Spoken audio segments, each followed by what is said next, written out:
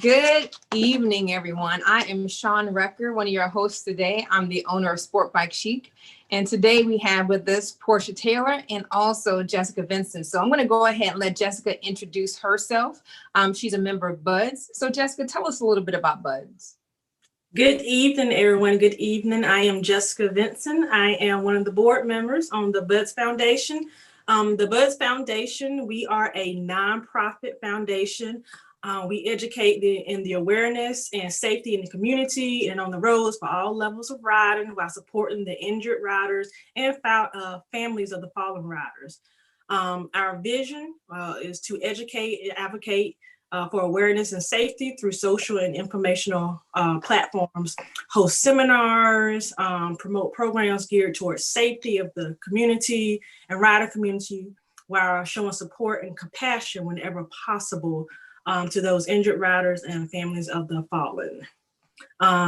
We also do scholarships. For more information about the Buds Foundation, you're more than welcome to go to www.budsfoundation.org. Excellent. Thank you so much. Now, just for those folks who are just joining in, we started this get to know series maybe 2 or 3 months ago in preparation for the Buds 10th annual virtual series. So this is the year of the COVID, right? So we're actually doing things a little bit differently. And we decided to do a more virtual event this year. But instead of actually stopping there, we decided to keep on with the Get to Know series because there are so many people that you get a chance to actually get to know virtually, whereas you may not get a chance to see them or talk to them this year. So today we have with us Porsche Taylor. Now you may know Porsche from Black Girls Ride, but Porsche has so much more to offer that we don't even realize. So Porsche, I'm going to go ahead and turn this over a little bit to you. Could you tell us a little bit about yourself? And of course, I usually ask people, what do you bring to the table? Hi, I'm happy to be here. Thank you so much for the opportunity.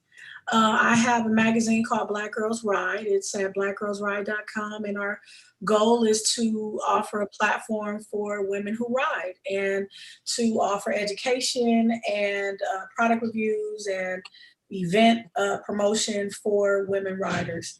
And I'm excited to be here and to be a part of the discussion today. Excellent, excellent. So we're going to start things off a little bit lighthearted. Tell us about your bike. What do you have? So I have a 2020 Indian Challenger. It's like the one you see behind me on my picture, and I love it to death. It's light. It's got all of the new tech and features that make everything comfortable on the road. And I just really, really love this bike. So far, I've already put about 10,000 miles on it since I got it in May. So I'm excited to ride it. It sounds like you've been doing a lot of riding, 10,000 miles since May. That's pretty impressive. I will say that part. Yeah, it would have been more without COVID. I generally average somewhere between 20 and 25,000 miles annually with all the different events that we attend. Mm-hmm. But yeah, we most of those miles came from our ride to DC for the March on Washington this past August. And, I really got to get a good feel for what the bike can do. It's got a lot of power because it's a liquid cooled engine, which means it's got more horsepower than a traditional V-twin. So, that means it'll get you in and around traffic fairly easily, especially when you're trying to get around big trucks on these long highways. So yeah, there's so many little nuances to the bike, and I did a beautiful custom paint job that I'm super proud of, that I think represents, if my spirit and a machine kind of came together, it would be my bike Goldie. And so, yeah, I'm in love with it. Awesome. I love it. I know Jessica was just admiring. She was like, oh my gosh, you have such a beautiful bike. Huh? Yes. If you do not follow Black Girls Ride on Instagram, follow them on Instagram. Her bike, it is awesome. That paint job, oh my goodness, it is lovely. Yeah, that's courtesy of Hollister Power Sports in Northern California. They did an absolutely fabulous job on the paint. I gave them my concept, what I wanted, the colors that I had in mind, and they turned it into a living work of art. Excellent. Well, I mean, apparently you did a phenomenal job on that one. So Jessica, thank you for for all that. So how did you actually get started riding? I started, excuse me, I started riding in 2003. I have a cousin who initially put me on the back of his bike, and I knew I liked the feeling of riding, but I also knew that I didn't like the feeling of being a passenger. Mm-hmm. So I kind of tabled the feeling, and then I was toying with the idea of getting a motorcycle or getting a big screen TV. I got a really good bonus check at the time. I was a marketing manager at Adidas, and I got a really good bonus check that year. Mm-hmm. And so we went to go see Biker Boys. And at the time, I mean, you know, it was a pretty cheesy movie. But what stood out to me, and this is why folks often say representation matters, what stood out to me was there were women in the movie riding their own bikes. They weren't on the back. They weren't, scenery. They were actually in charge of riding their own machines. And that gave me the idea that I could do it myself. I could ride a bike. So I took my bonus. I went and got my very first Ninja ZX6R. It was, I think, a 97. Mm-hmm. And from there, I just never looked back. I've been enjoying riding ever since. Wow. That is pretty impressive. A big screen TV or motorcycle. Motorcycle, yeah. You know, imagine if I'd have got the TV. Who knows where I'd be right now. I wasn't ready. I just want you to know I was not ready for that. Yeah. So from the time you first started up until now, I mean, you've had a pretty stinking interesting path. Now, I say the whole piece about Black Girls Ride because obviously that's what you're most known for, right? But when it comes to the lifestyle, you know, there's one thing about saying, okay, I ride motorcycles, but sometimes you run across people that actually have this as their entire lifestyle. You know, you actually ride motorcycles. You have a Black Girls Ride magazine about motorcycles. You're actually involved in the motorcycle industry with the Polaris, with one of your most recent ventures. Can you tell us a little bit about that journey? Like, what in the world has happened over the past few years? Well, for me, it was just a matter of being consistent in the community and producing things for women and being a part of women's events and helping to further and promote women in motorcycling. You know, I love to ride. And so anytime someone asks me to be a part of something, I rarely say no because I love to ride that much. And, you know, I've been very blessed to have some great partnerships with Polaris and India Motorcycle and with Russ Brown Motorcycle Attorneys. And, you know, we do events all across the country annually. And Polaris they just created their new empowerment board, which is a board of women in power sports. And they ask us our opinion as it pertains to their product line and how they can be more of a service to women in power sports. And I just thought that was a very interesting and exciting way to look at marketing to women riders. So often female riders tend to be an afterthought. You know, they'll make a smaller bike and that'll be the one that they want to point to you and say, you know, if you walk in any dealership, 9 times out of 10, the sales guy will assume that the smaller bike is for you. And so I just made it a point to have conversations, you know, whether it's with Center Stand and the IMS show, or it's with, you know, the Motorcycle Industry Council, and try and offer as much insight as I can into what really is in the mindset of an active female rider, so that they can make decisions in where to put resources where it can be of best use for us. So, man, you know, I'm excited about all of these different opportunities, you know, and it's just been a blessing to be asked. Absolutely. So, and I think that's the part that's so impressive, because when you look at all the things that as far as women and how we've actually progressed over the years with so many more women riders, is really important to be able to have that that voice as a part of the council, as a part of people that are actually creating things for women. So, I mean, to have that say, to have that voice, that's something that's actually really, really, really impactful for our women riders. But I will ask you this: why not, why not Black people ride, or why Black girls ride? What is the mission about women riders? Well, particularly in the motorcycle community, we had often, at least in the Los Angeles area, it's always been said that MC stands for Man's Club. Mm-hmm. And women tend to be relegated to a background or a supporting role.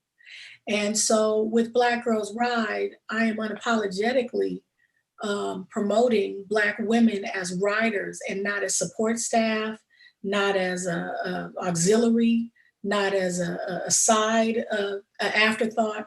We are active members of this community with keys to our own bikes, and we deserve to have our opinions voiced and heard. And so not only were we missing amongst our own community, we were missing amongst the motorcycle industry. Mm-hmm. And instead of complaining and saying, hey, how come you don't have Black girls in your magazine? I know there are Black women riders. I just said, you know what? I've got a degree from history at UCLA. I've got, a talent that includes graphic design and writing. And so why not? Why not be Essence Magazine meets Super SportBike and Mm-hmm. create the content that showcases these women? And I'm excited after, this is our 9th year, next year will be our 10th anniversary. We have effectively changed the face of what motorcycle riders look like in the industry. When I first started Black Girls Ride, I went to some of the OEM brands, and because I knew what it was going to be, because I knew what we were riding and I knew what we were doing in my community. Mm-hmm. So I went to these brands and I was told that they didn't have budget for us. And so I said, okay, no problem. I'm going to build it. And you will see just how much budget you should be earmarking for us. Mm-hmm. And those who get it get the benefit of the growth and the support of the movement. And those who don't, well, you're starting to see more inclusive motorcycle ads or motorcycle brand ambassadors from some of those same brands who said they didn't have the time of day for us when I first started.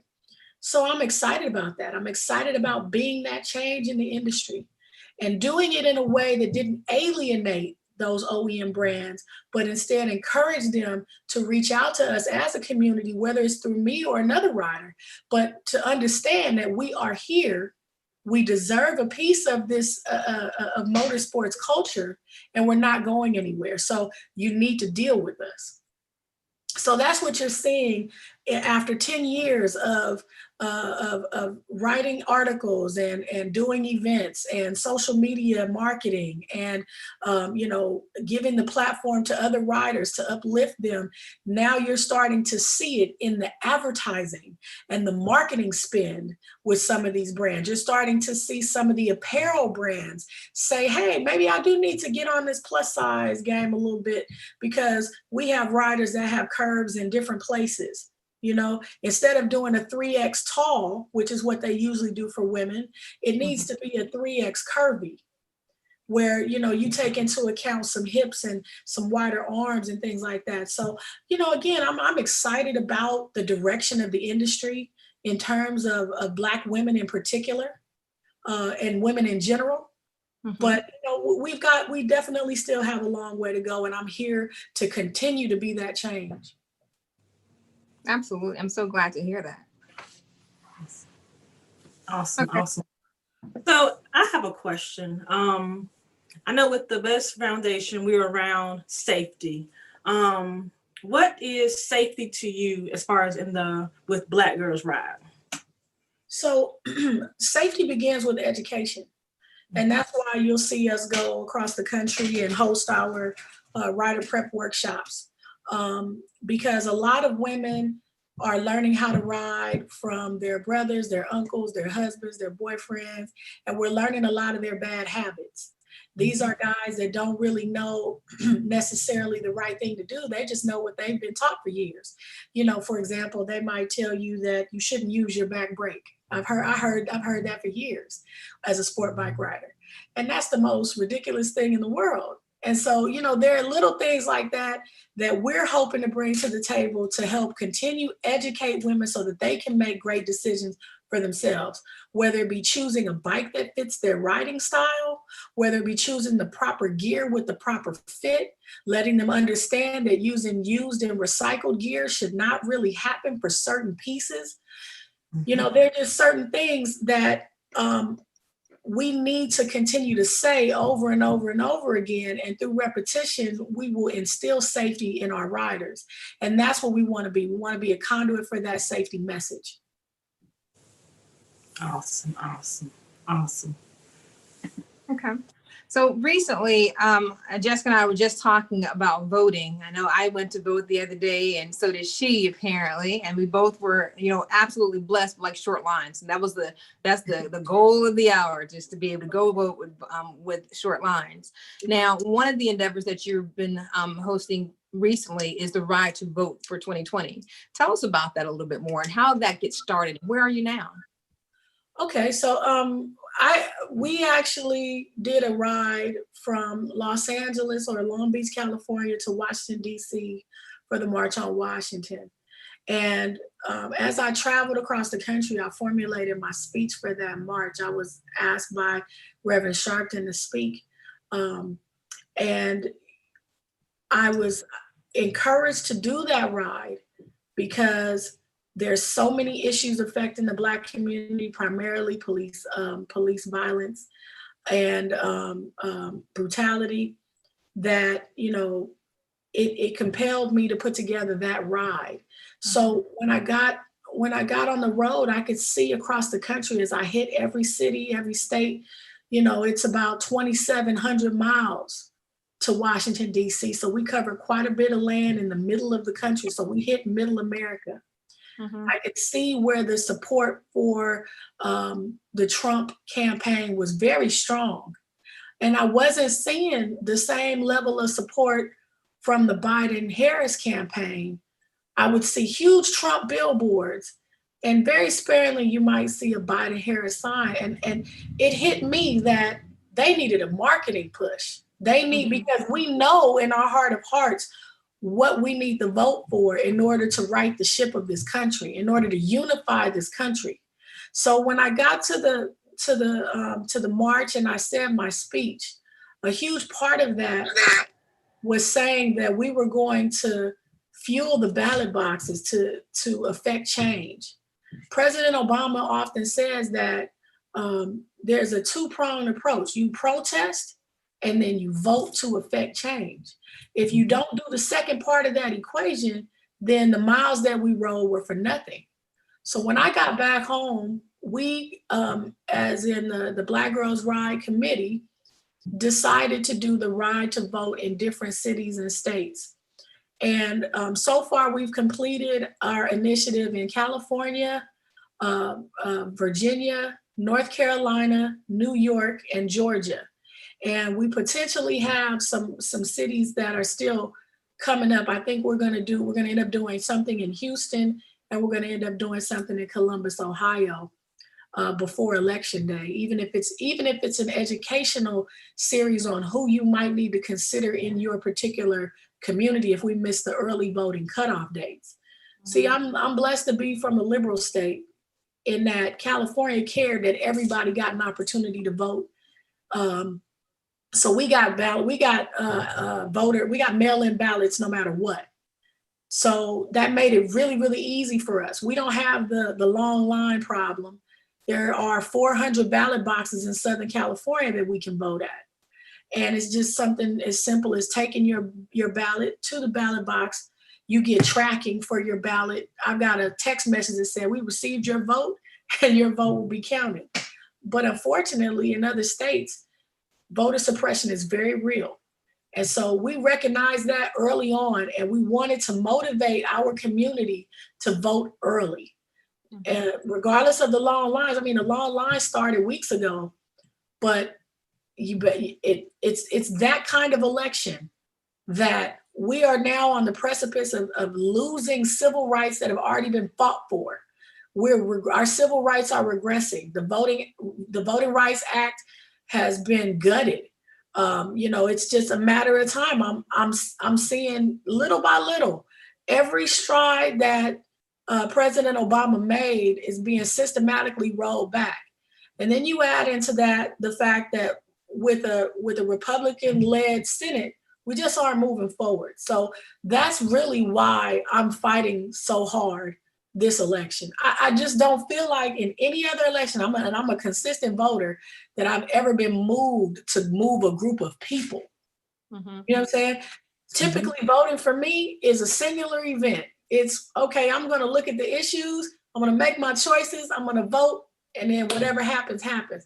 For the first time ever, I'm compelled to be on the team of activism. Because how can you have a magazine that says Black Girls Ride, but you're not going to actively fight for issues affecting the Black community? So that's why we're so motivated to do this campaign. Well, I can certainly I can hear your passion. Absolutely. So when we talk about that passion, when we talk about all the things that you were just talking about with the riding and the Black the Black votes, sorry.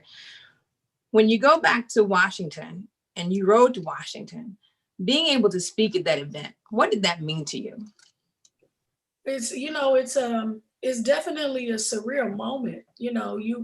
You are standing in the place where Dr. King stood, where John Lewis stood, where so many people who fought and died, took their last breath, still fighting for us, stood. And I never thought of myself as an activist. So I had a little bit of a panic attack before I went up there.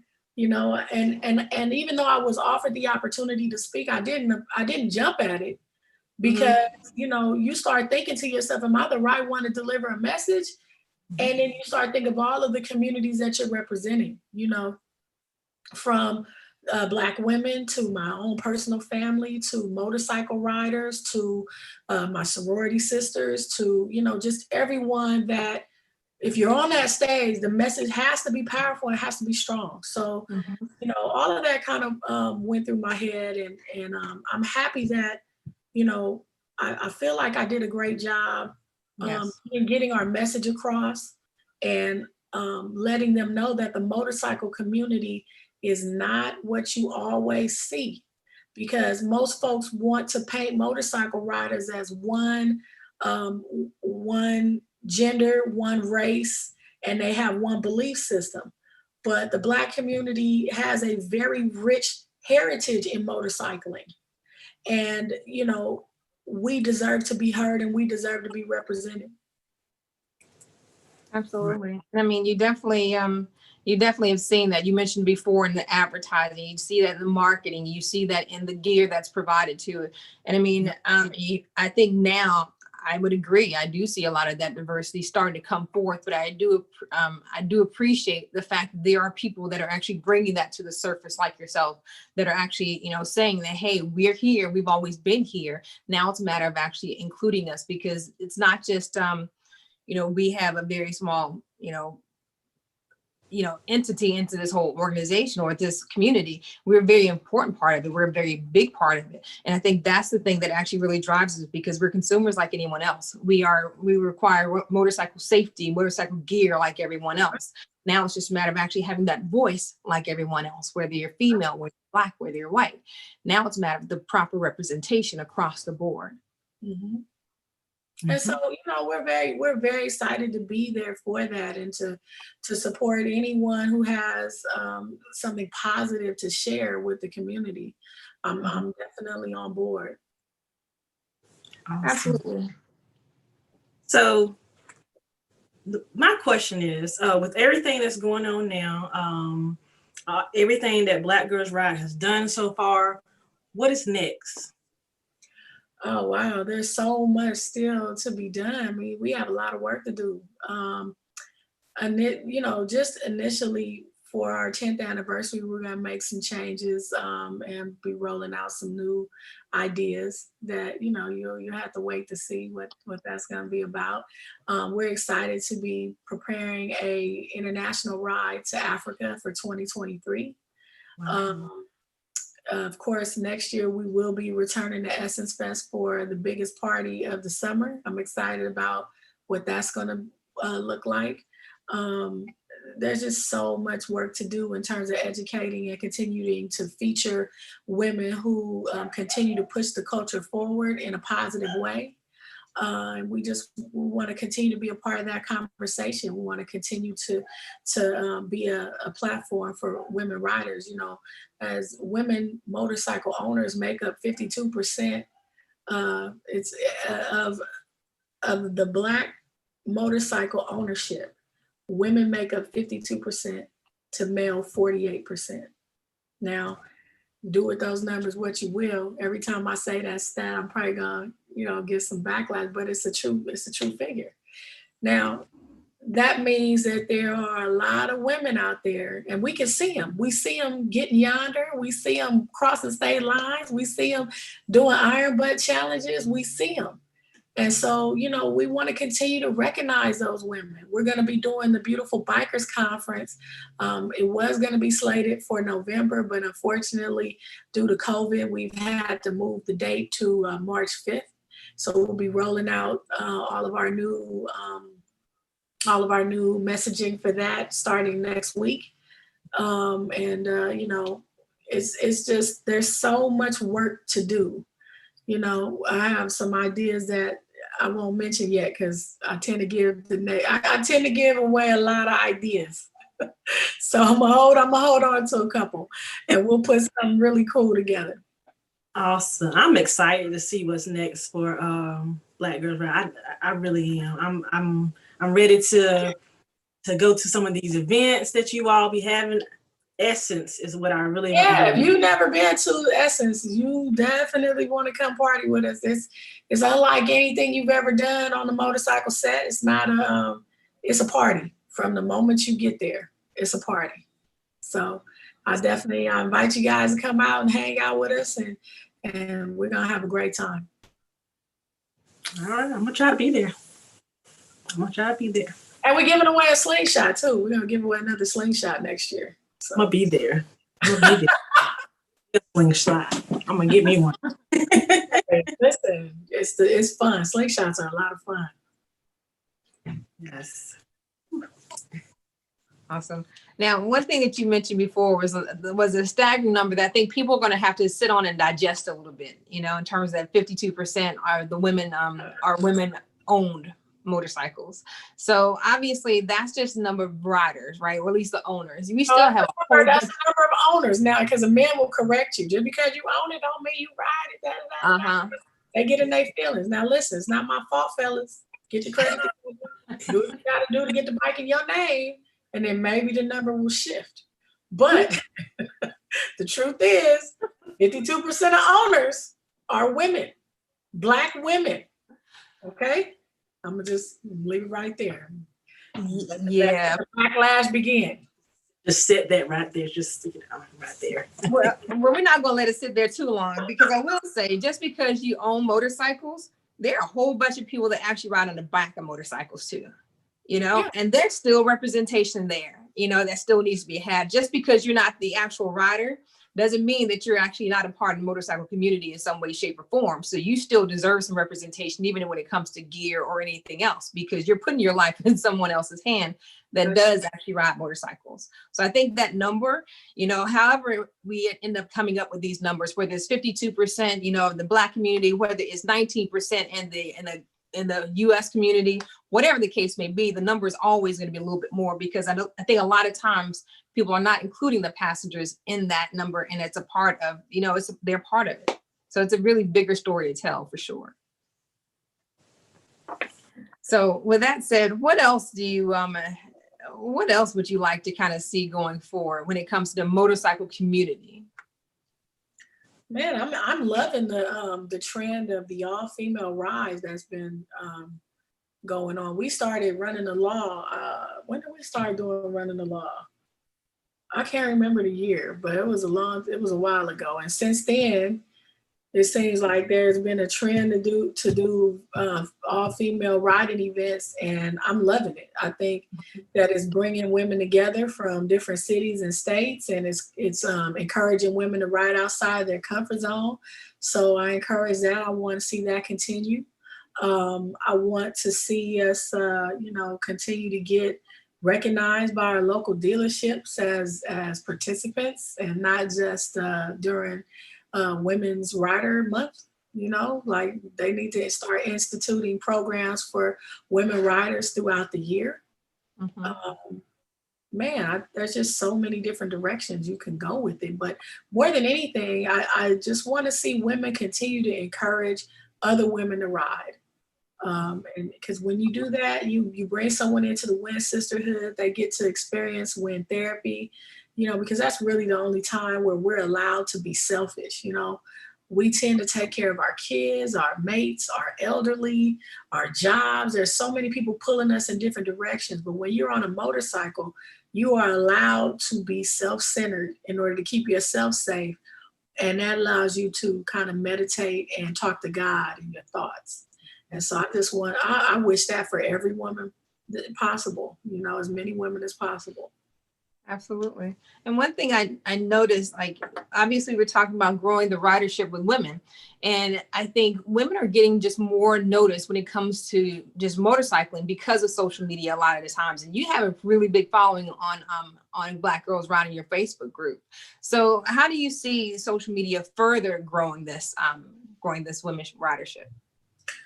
There's a ton of new vloggers and content creators that are out. And I think the more that we continue to create content for social media, you continue to change the face of what riding looks like. And that young girl who's coming up gets to see somebody that looks like her on a bike. And now it doesn't become such a foreign concept, When I was growing up, motorcycles were boys' toys. And, girls were not really encouraged to ride. I remember wanting to get a dirt bike when I was a kid, and my dad was like, absolutely not, And so I didn't have that support system as a young person. I think that the more that these younger girls are seeing it, that we become our own support system. You can grab a young girl who is maybe 16 years old and now eligible to get her driver's license. She can now go ahead and learn to ride a motorcycle as well if we continue to offer up safe ways for them to train. And just be present and be that mentor for the younger groups. My Black Girls Ride group, I consider a safe space. It doesn't matter what you're riding, whether it's 3 wheels, whether it's 2 wheels, whether it's 150 cc's, or whether it's 1800 cc's. It doesn't matter. You're welcome into the space. You're welcome with the questions and the conversations. There is no dumb question. There's always going to be a new person who's going to ask the question that was asked 50 million times. But we welcome those questions because we want to help you be safe. We want to help you make good purchasing decisions. That's why women get stuck with bikes that don't fit them properly, and then they're teetering and tottering, and they're not comfortable on the bike. And then heaven forbid something happens. If we can have the conversation early on what to look for when you're buying your first bike, or what to look for when you're shopping for a used bike. These are all things that social media helps give us resources of women all over the country that can speak to help you. And it helps you find riders in your area that can grab you by the hand and say, hey, I know you're new to the community. I'm willing to go out and ride with you. And, I think that that's the number one benefit of social media, is bringing the community together to be resources for each other. Mm-hmm. So I just hope that we can continue that. No, absolutely. So what advice do you have for any new riders that are out there? So new rider, meaning new licensed rider. Yes. I would say ride your ride. Don't allow anyone to push you further than you're willing to go, faster than you're willing to go. Mm-hmm. Take as many advanced rider training courses as you can. The more you sit in the saddle, the more comfortable you'll be with your bike. I encourage you to learn your bike and don't necessarily listen to what someone else is telling you about your bike. That means learn what the correct tire pressure needs to be, learn how to check your oil. If you've got a sport bike, learn what your proper chain tension is, learn how to clean your chain properly when you ride it. Learn your vehicle. Don't rely on anyone else to fix your vehicle. That means your husband, your boyfriend, because all it takes is for him to get an attitude one day and you want to go riding, and now you out there on something that's less safe because you didn't know the steps to take care of your own. So that's what I would say. Make sure you have the tools that belong to your bike, especially if you bought it used. Make sure you get a toolkit so that if something does happen and you're on the road, you at least have the tools to troubleshoot what's going on. Man, there's a lot. I got a lot that I can say to new riders. Make sure you get gear that fits. Don't buy a used helmet. Every helmet you get, try to make sure it's brand new, because once a helmet is dropped, it's been compromised. You don't know how the foam is going to protect you on the inside.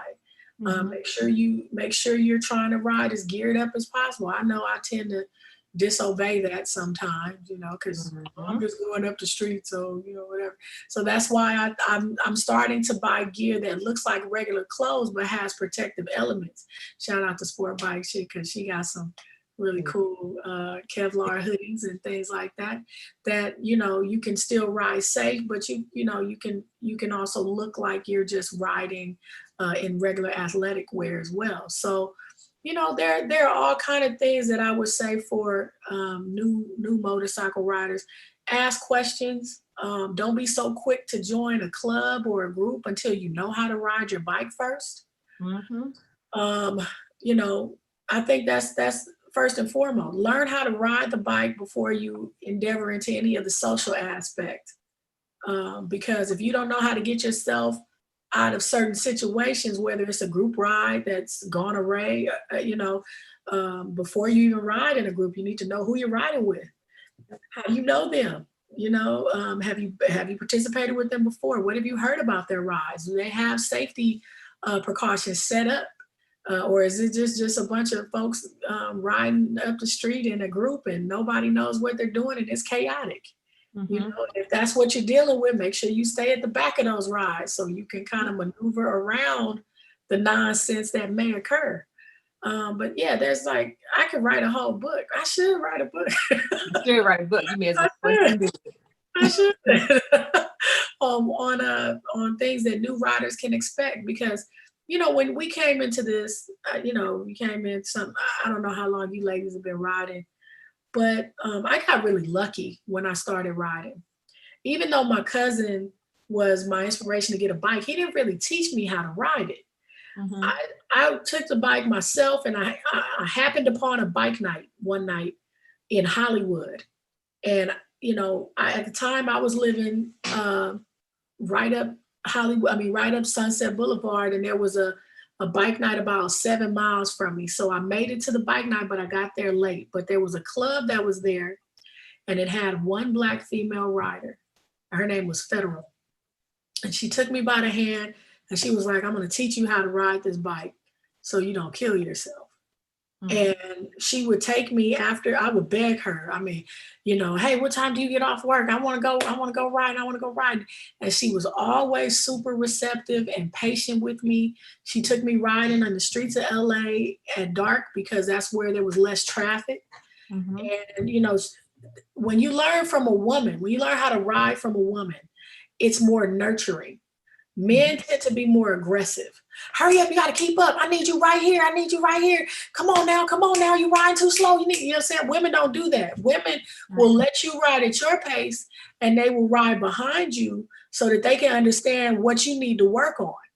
You see? And so, we need more female riding instructors as well. So, in all cities and states, I encourage you, if you are a veteran, to go ahead and get that instructor certificate, even if it's just to teach the people that even if you don't teach professionally, It's just to teach the people around your way, because I guarantee you're going to run up on that one young lady.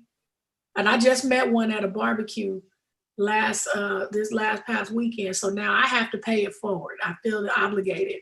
She's new. She's riding on a 350, a Ninja 350. And I'm like, okay, this is God saying it's your turn. You got to get back to this young lady. She's never ridden on the freeway before. So now is a great time to teach her some good habits before she learns the wrong way. And, you know, hopefully I can help her be safe on the road. Absolutely. So we're going to start to wind this down. And I'm going to tell you now, you have some really good advice, because I think learning how to ride, it's just one thing to actually own a motorcycle. But when you actually learn how to ride to your body style, to your size, to your weight and everything, and picking out that perfect bike that's just for you, it means the world, and really kind of nothing guarantees anything, but it really kind of gives you a better foundation for success. You know, it really allows you to enjoy the ride a heck of a lot more than something that's big and awkward. And you're like, what in the world? How do I do all this? Oh no. Yeah. So great advice. Yeah, a lot. And you know, one last thing is to don't encourage someone to move you up in engine size before you're ready. So a lot of people say, oh, why are you riding that 350? You should have got a 600. Hold on. Hold on, Rossi. You ain't hitting the track all like that. You know what I'm saying? The truth is, a 350 is a pretty powerful bike. Yeah. You know, let me learn this, right? And then when I feel comfortable, I'll move up, you know. And we do need to stop bike shaming as a community, because we do that a lot. You know, if a person doesn't ride a certain brand, or I'm always going to be outside the norm. You know, but if a person doesn't ride a certain brand or this or that, then they you know, you can't ride with us because you don't ride this or that. Knock it off. I'm gonna ride whatever you pay for. If you put money on, then you can have a say so in my bike. Until then, I hear you. Look, everybody Harleys now, and everybody's, oh, you like to get a Harley? You gonna pay for it? Don't ask me about that. Look, don't ask me about that. All right. Jessica, any last questions that you may have? I don't. Okay. Well, I have one last one for you, Portia. I ask everyone this, and you are going to be no different with that one. What is your legacy? What do you want it to be? My legacy? Well, my legacy currently, I hope, is diversifying the face of motorsports in America. And I hope that eventually will transcend globally. We do have riders in countries overseas, and I can't wait to meet them in person and roll with them.